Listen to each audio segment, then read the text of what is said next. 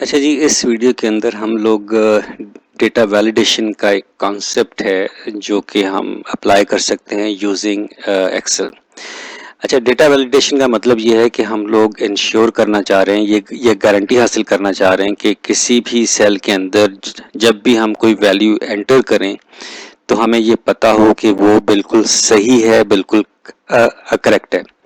और दूसरे अल्फाज में अगर हम कुछ रूल्स इम्पोज कर दें, कुछ कंडीशन इम्पोज कर दें, जब तक डेटा एंट्री उन कंडीशंस पर, उन रूल्स पर पूरा नहीं उतरेगी, तब तक वो एंट्री नहीं होनी चाहिए। राइट, इस कॉन्सेप्ट को हम कहते हैं डेटा वैलिडेशन, जो कि इंश्योर करती है कि जो भी डेटा एंट्री हो वो ठीक है, वो ऑथेंटिक है, वो करेक्ट है।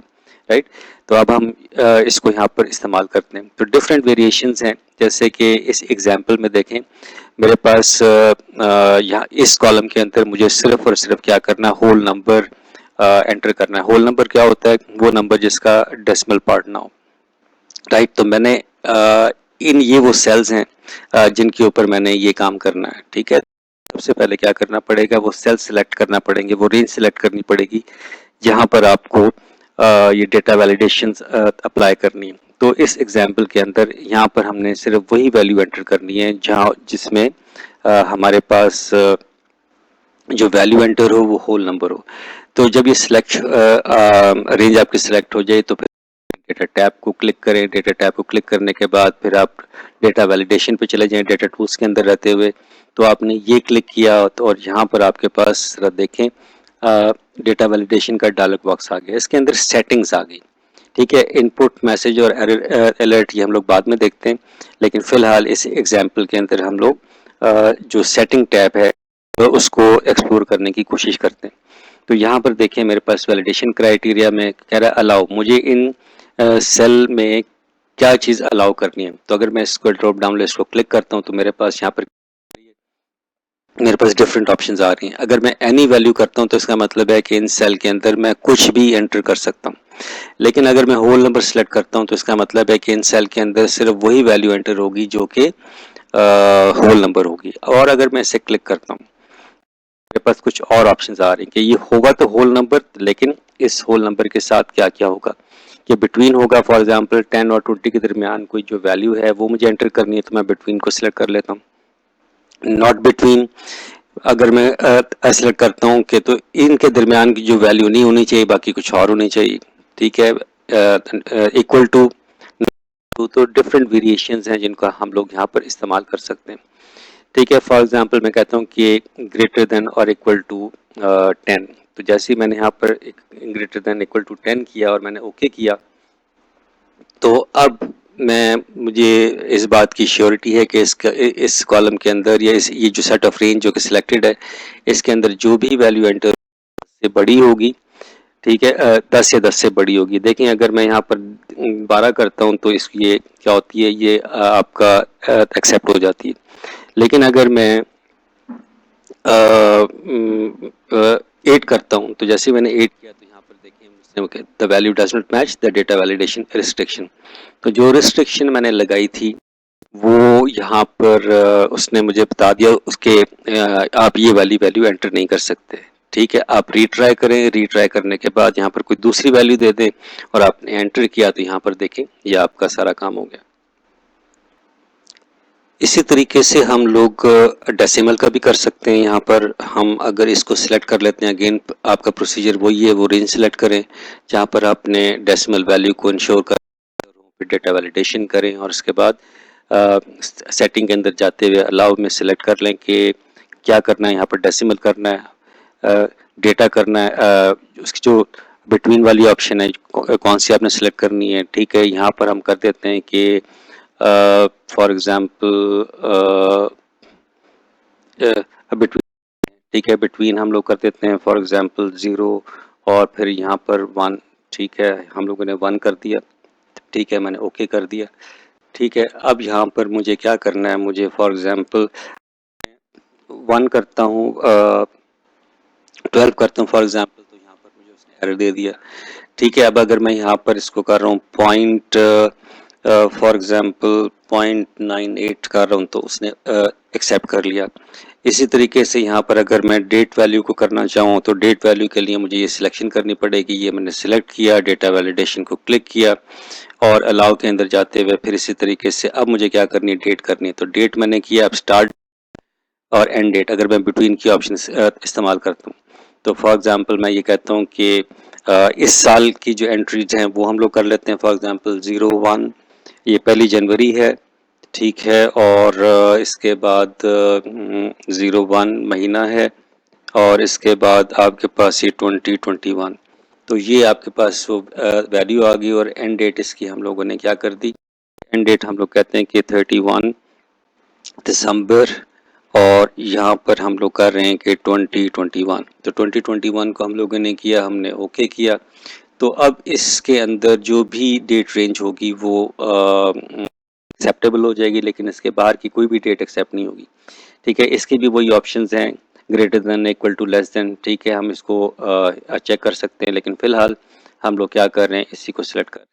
तो मैंने the date to enter for the end date is invalid, वो क्या कहता है कि इनवैलिड है, 0101 ये महीना पहले आएगा। तो यहाँ पर हम लोगों ने महीना पहले लेकर आना है और यहाँ पर हम लोगों ने क्या करना है, डेट लेकर आना है 31, राइट। तो अमेरिकन फॉर्मेट है, बाद में इसकी फॉर्मेट सेटिंग हम लोग कर सकते हैं, लेकिन इस एग्जाम्पल के लिए इस तरीके से करेंगे। अच्छा जी, मैंने ओके कर दिया। अब इसके अंदर मैं कोई भी वैल्यू, फॉर एग्जांपल 01, ठीक है, 01, लेकिन अब मैं 2021 की जगह पे यहाँ पर मैं 2020 कर देता हूँ। तो जैसे मैंने 2020 तो यहाँ पर देखिए उसने मुझे रिस्ट्रिक्शन दे दी। और अब मैं अगर 01 01 और 2021 करता हूँ तो ये क्या हो जाता है, ये मेरे पास एक्सेप्ट हो जाता है।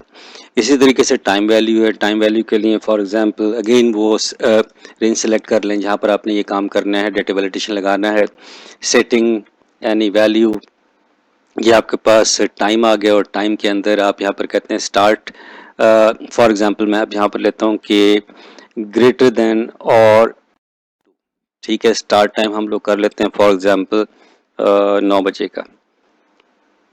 तो 9 बजे का ग्रेटर देन और इक्वल टू, तो 9 बजे से हम यहाँ पर वैल्यू जा सकते हैं। फॉर एग्जांपल अगर मैं कहता हूँ कि 9:05 तो ये एक्सेप्ट हो जाएगा, लेकिन अगर मैं कहता हूँ 8 बज के फॉर एग्जांपल 45 मिनट करता हूँ तो यहाँ पर देखें उसने रिस्ट्रिक्शन लगा दी, मुझे वैल्यू एंटर नहीं करने दी, राइट। इसी तरीके से अगर आप ये कह सकते हैं टेक्स्ट विद स्पेसिफिक लेंथ, मुझे यहाँ पर कुछ वैल्यूज एंटर करनी है और उन वैल्यूज को एंटर करने के लिए यहाँ पर एक तो इंश्योर करना कि यहाँ पर टेक्स्ट हो और दूसरा है उसकी खास लेंथ हो, ठीक है। तो मैं यहाँ पर ये वो रोज़ हैं जिन पर मैंने डेटा लगाना है, डेटा वैलिडेशन किया, इसके बाद ये एनी वैल्यू की जगह पे मैंने यहाँ पर टेक्स्ट लेंथ किया। तो वो कह रहा है कि बिटवीन, फॉर एग्जांपल मुझे इक्वल टू करना है, इक्वल टू फॉर एग्जांपल 4 और मैंने इसको क्या कर दिया, ओके कर दिया। अब इन सेल के अंदर जो भी टेक्स्ट एंटर करूंगा, फॉर एग्जांपल मैं यहाँ पर कर रहा हूँ ए इस जगह पे, तो इस जगह के ऊपर मैंने क्या किया, ए 3 दफ़ा आया तो अब ये मुझे एरर दे दिया इसने। लेकिन अगर मैं यहाँ पर ए ये और अब ये एक्सेप्ट हो गया बी, ठीक है। तो ये क्या हो रहा है, ये आपका एक्सेप्ट हो रहा है। लेकिन जैसे ही आपने ये किया तो आपके पास क्या आ गया, एरर आ गया और उसने हमें रोक दिया डेटा एंट्री करने से। इसी तरीके से अगर हम लिस्ट की बात करते हैं, लिस्ट यहाँ पर फॉर एग्जांपल 2-3 वैल्यूज़ हैं, फॉर एग्जांपल MKT और MGT, यही मुझे वैल्यू इस जगह पर एंटर करनी है। तो इसके लिए मुझे क्या करना पड़ेगा, एक लिस्ट बनानी पड़ेगी और यहाँ पर डेटा वैलिडेशन किया, डेटा वैलिडेशन करने के बाद मैंने एनी वैल्यू किया, इसके बाद लिस्ट किया और लिस्ट करने के बाद यहाँ पर सोर्स दे दिया। अब सोर्स के अंदर मुझे यहाँ पर लिखना है MKT, ये मैंने MKT लिखा, एक MKT कॉमा और दूसरा है MGT। तो ये मैंने एंटर कर दिया और एंटर करने के बाद यहाँ पर देखें ड्रॉप डाउन लिस्ट बन गई और यहाँ पर MKT है और MGT है। मैंने MKT किया तो यहाँ पर MKT आ गया, इसके पास मैंने MGT किया तो यहाँ पर आ गया। इसके अलावा मैं कोई दूसरी वैल्यू एंटर नहीं कर सकता। अच्छा जी, और इस जगह पर ये अब हमारे पास कस्टम फार्मूला है। कस्टम फार्मूला के अंदर हम लोग क्या कर सकते हैं, अपनी मर्जी के फार्मूलाज डेवलप कर सकते हैं, जिसे हम यूज़र डिफाइंड क्राइटेरिया कहते हैं। अच्छा, फॉर एग्जांपल मुझे इंश्योर करना है कि इसके अंदर जो भी वैल्यू हो वो क्या हो, वो टेक्स्ट हो।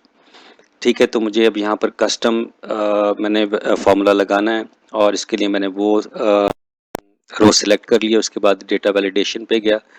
डेटा वैलिडेशन पे जाके मैंने क्लिक किया, मेरे पास ये आ गया, और इसके बाद यहाँ पर मैंने कह दिया कस्टम, और कस्टम के अंदर वो मुझसे फार्मूला पूछ रहा है। तो मैं यहाँ पर उससे कह रहा हूँ कि इस जगह के ऊपर जो भी वैल्यू एंटर हो वो क्या हो, वो इंश्योर हो कि वो टेक्स्ट हो।